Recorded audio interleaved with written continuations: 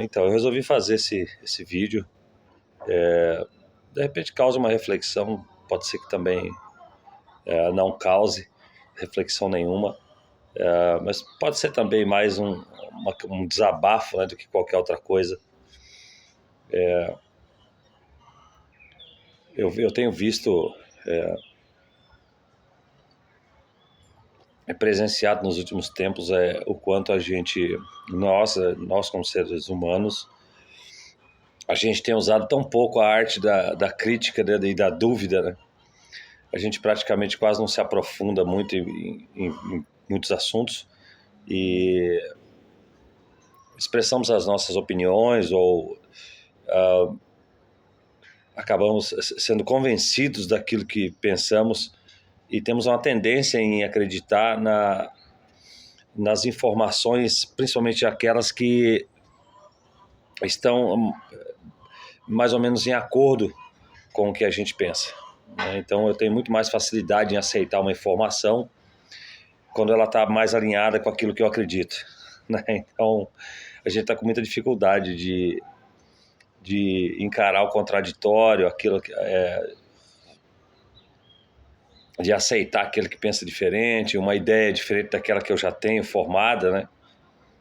Então está cada dia mais difícil e a gente tem usado menos a arte da crítica e da dúvida.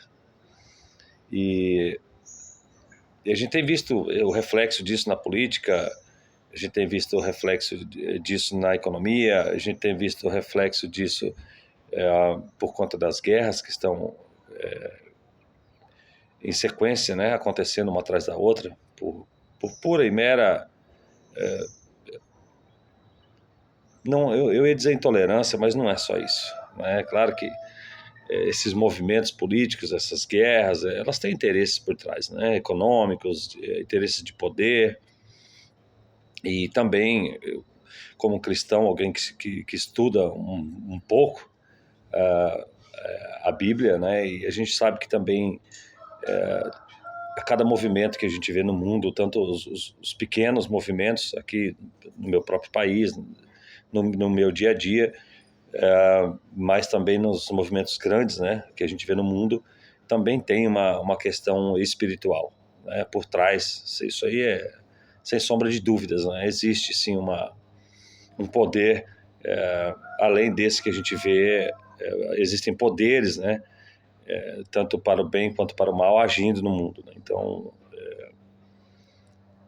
às vezes quando a gente não a gente vai buscar explicação sobre os acontecimentos, a gente se aprofunda, a gente vê que existe sim uma clara ação de poderes, né, de poderes ocultos aí, de poderes espirituais agindo na humanidade, né? E agindo, participando de decisões, influenciando decisões, ações. Então, mas eu queria assim fazer um pedido, né, para que a gente, as pessoas que tomam as decisões no país, né, que a gente desse uma trégua, né? Vocês aí que são políticos, líderes que tomam as decisões, vocês que ditam aí os rumos do país, né? As camadas que têm mais poder financeiro, poder de decisão, e aí entra os poderes políticos, o judiciário, né? Os poderes de uma república, que a gente dê uma trégua, que a gente faça isso em nome do país, né? Que a gente comece um pouco a pensar no coletivo e agir, e as nossas ações sejam influenciadas pelo coletivo. Que a gente abra a mão um pouco dessa questão de tem que ser do meu jeito, tem que ser da forma que eu penso, tem que ser da minha forma, e o outro lado também tem que ser da forma. E eu vejo que muitas vezes ambos bem intencionados, né, ambos os lados assim com boas intenções, mas é sempre tensionando, né? Eu penso assim, tem que ser assim, não, eu penso assim, tem que ser assim, assim é o jeito certo, não, o jeito certo é do jeito que eu faço, e que a gente desse uma trégua para que a gente pudesse pensar no bem comum e juntos alinharmos ali em cima de um projeto de país.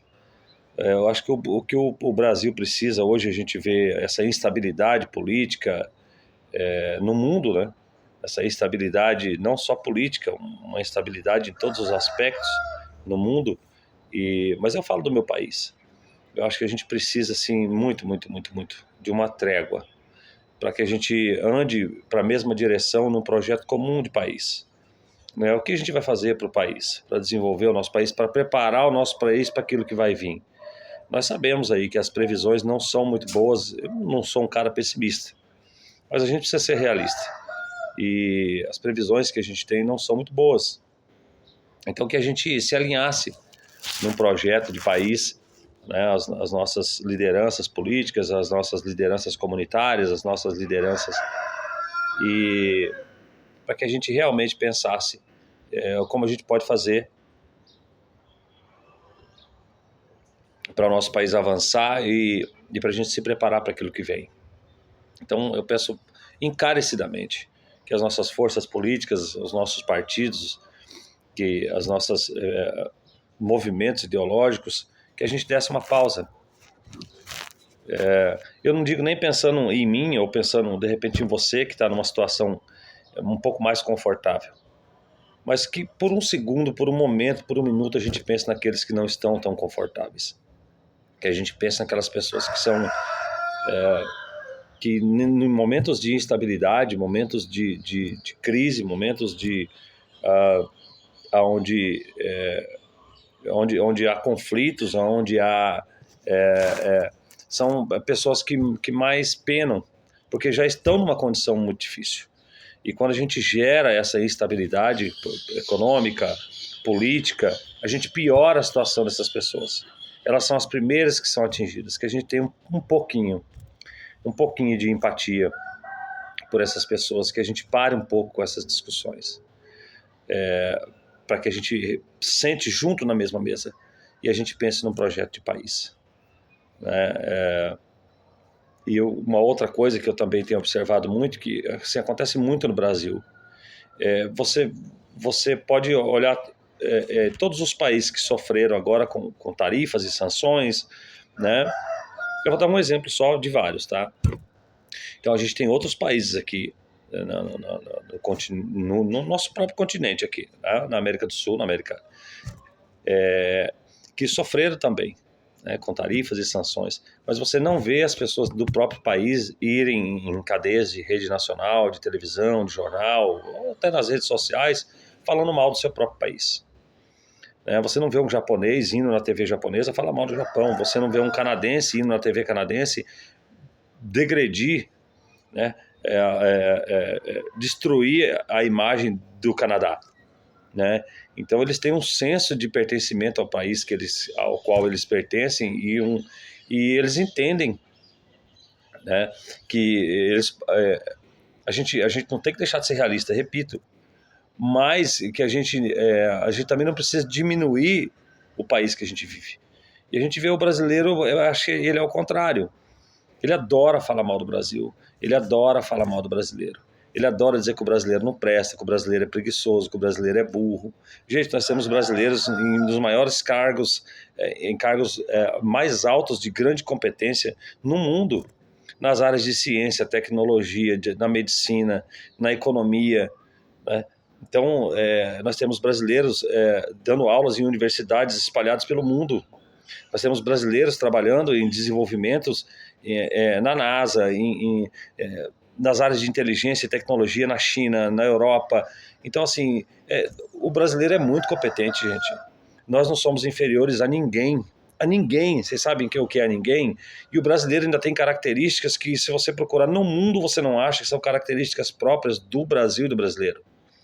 Então, eu não entendo por que o brasileiro, o próprio brasileiro, ele gosta tanto de degredir a imagem do Brasil, de diminuir o Brasil, diminuir o brasileiro.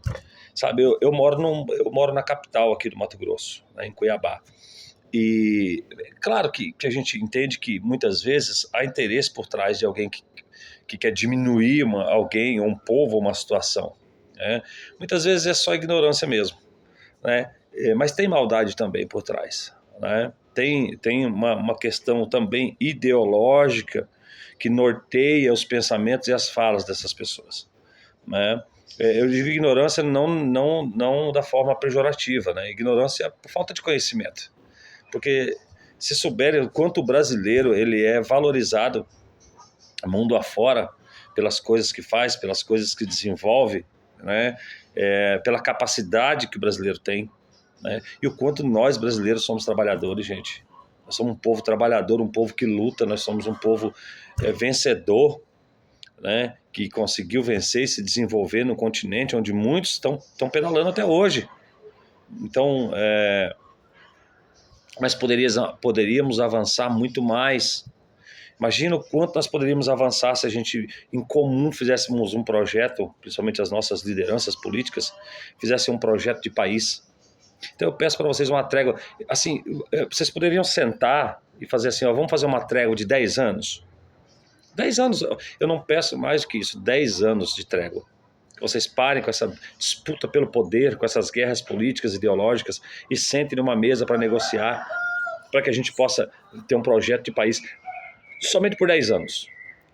Dá uma chance para esse país, dá uma chance para esse povo brasileiro, 10 anos de trégua, para a gente entender e ver o que ia acontecer com o nosso país. O quanto o potencial que o Brasil tem, que é podado, é morto por essas guerras ideológicas, por essas disputas políticas de poder. Meu Deus, o quanto nós nos desenvolveríamos e avançaríamos em 10 anos. Não dá para fazer nem previsões a respeito disso. Então eu peço para você que é brasileiro, você que é político, você que está em cargo de liderança na nossa nação, que pare um pouco e pense num projeto de país. Eu até esqueci, eu vou continuar. Eu sou do Mato Grosso, de Cuiabá. Um estado assim fantástico, um estado riquíssimo de um desenvolvimento. Eu trabalho no mercado imobiliário. E tem dia que eu fico assim, abismado, eu fico encabulado. Não que eu já não esteja acostumado, né? Mas com quanto o estado do Mato Grosso ele é extremamente rico, né? O quanto a economia desse estado ela é pujante, ela é forte, né? Porque é um estado produtor de alimento, né? É um estado produtor de commodities, né? Que movimenta toda uma cadeia, né? De logística, de mão de obra, de serviço, né? A riqueza ela flui mesmo no estado do Mato Grosso, né? Claro que isso também inflaciona um pouquinho no custo de vida e etc., mas é o ônus e o bônus, né, de um estado desenvolvido. A gente vê isso em todos os outros estados, então aqui não seria diferente. Mas o mercado imobiliário é fantástico. É fantástico. O quanto o mercado imobiliário se desenvolve na nossa região. E a gente vê pessoas todos os dias falando que o estado está em crise, que o estado vai entrar em crise, que o mercado imobiliário está em crise, que não sei o que. A gente vê recordes, todos os anos, recordes de pagamento de ITBI, de transferência de imóvel, né, nos cartórios. A gente vê recorde de financiamento imobiliário, a gente vê recorde de lançamento de condomínio, né, aqui em Cuiabá principalmente, assim, a gente 10, 15, 20 condomínios todo ano que são lançados, condomínios verticais, horizontais, de lote, condomínios rurais, Então é incrível o que acontece aqui. E eu vejo todos os dias pessoas até jogando até contra a sua própria profissão, falando mal do Estado, porque o mercado imobiliário aqui está em crise, que a bolha vai estourar, meu Deus, o que a gente vai fazer? E aí você olha os números, gente, o Estado só cresce. As construtoras investem muito aqui. Nós estamos em 2025, hoje, julho, né? Finalzinho de julho. Do começo do ano de janeiro para cá, acho que só que a gente sabe, porque tem aquelas empresas que elas vêm mais quietinha, né? E quando a gente vê, ela tá fazendo trabalho. Mas tem aquelas que anunciam, ó, a gente tá indo pro estado aí, faz toda uma... Olha, a gente tem umas de 8 a 10, até mais, construtoras que vieram de outros estados para cá, para construir aqui. E já estão com projetos, algumas já iniciaram seus projetos, já lançaram os seus empreendimentos e outras ainda não. Estão fazendo estudo de mercado, né? Sobre o produto que vão lançar ou não. Apesar que eles fazem tudo isso antes, mas aqui estão nesse processo de finalização para lançar os seus produtos. Então, e a gente vê ainda, mesmo com todos os números, com tudo que está acontecendo, esse dia eu fui em 3 lançamentos no mesmo dia. 3 lançamentos de condomínios de alto padrão no mesmo dia. Né? 2 eram no mesmo lugar. No mesmo centro de eventos, você saía de um evento e ia no outro. Né? Então, a pessoa que fala mal do mercado imobiliário do Mato Grosso e a pessoa que fala mal do Brasil em si, muitas vezes o corretor que fala mal do mercado imobiliário do Mato Grosso, está jogando contra a sua própria profissão.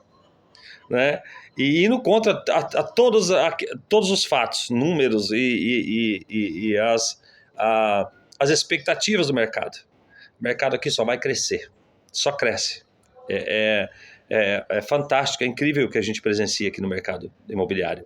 Então, isso se reflete em outras áreas da sociedade, em outras. Então, eu vejo muita gente pessimista quanto ao Brasil, muita gente, e eu repito, novamente, eu vou reforçar, não estou pedindo para você não ser realista, jamais, mas a gente precisa falar bem do nosso país. A gente precisa falar bem do nosso país. Eu não sei se alguém é da minha geração e assistiu Rambo. Né? O Rambo, se fosse produzido no Brasil, o brasileiro no filme Rambo seria o japonesinho que é aquela flecha certa, sabe? O brasileiro ele não se veria como Rambo, ele se veria como o japonês que o Rambo mata. Porque eu nunca vi uma mentalidade, né, tão difícil de ser mudada, né, uma tão baixa autoestima, uma tão a respeito do próprio país. Então, enquanto os países, quando eles produzem os seus filmes e as suas peças, né, de marketing para o seu próprio país, eles engrandecem o país, eles colocam o país lá nas alturas, eles são o Rambo. Né? A gente aqui não. Se a gente fizesse um filme, a gente era o japonês que leva a flecha. Então, assim, a gente precisa mudar a nossa mentalidade. Né? A gente precisa falar bem do nosso país, a gente precisa falar bem do nosso povo. A gente precisa enaltecer as características do povo brasileiro. Então eu peço, são 2 pedidos. Primeiro, para vocês que são os nossos políticos, os tomadores de decisões do nosso país. Por favor, deem uma trégua, parem com essa disputa por poder, com essa disputa, com essa ganância por dinheiro e poder, status, essa disputa ideológica. Deixe isso de lado um pouquinho, para que o nosso país possa se desenvolver. Enquanto vocês estão brigando aí, enquanto vocês estão fazendo disputas ideológicas e por poder, pessoas estão morrendo. Pessoas estão morrendo de fome, pessoas estão morrendo assassinadas, pessoas estão morrendo